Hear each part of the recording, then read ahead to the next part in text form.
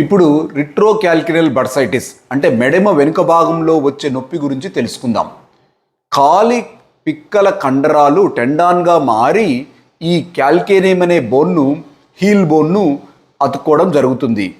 అసలు బర్సా అంటేను ఒక fluid filled bag between the tendon and the bone. మెడమ భాగంలో పైకి కిందికి మెడమ కదలడానికి ఈ బర్సా అనేది ఉపయోగపడుతుంది. ఎప్పుడైతే అది ఫ్రిక్షన్కి గురయ్యి ఒత్తిడికి గురయ్యి ఆ బర్సా అనేది ఇన్ఫ్లమేషన్కు గురవుతుందో దాన్ని రిట్రోకాల్కినల్ బర్సైటిస్ అంటాం. దీని లక్షణం ఎలా ఉంటుందంటే మెడమ వెనుక భాగంలో నొప్పి ఉంటుంది. సో దీనికి నివారణ చర్యలు వచ్చేసేసి హై హీల్ చెప్పల్స్ వేసుకోవడము.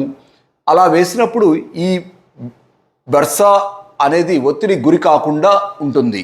సో అలాగే కొంతమందికి ఎక్స్రే తీసినప్పుడు ఈ టెండాన్ ఎముకను అతుక్కుండే చోట ఎముక పెరగడము అలాగే క్యాల్సిఫికేషన్ లాగా ఉండడము జరిగినప్పుడు కొన్నిసార్లు ఆపరేషన్ ద్వారా ఆ క్యాల్సిఫికేషన్ లేదా స్పర్ను తొలగించడం ద్వారా వాళ్లకు నొప్పి ఉపశమనం కలుగుతుంది. Thank you.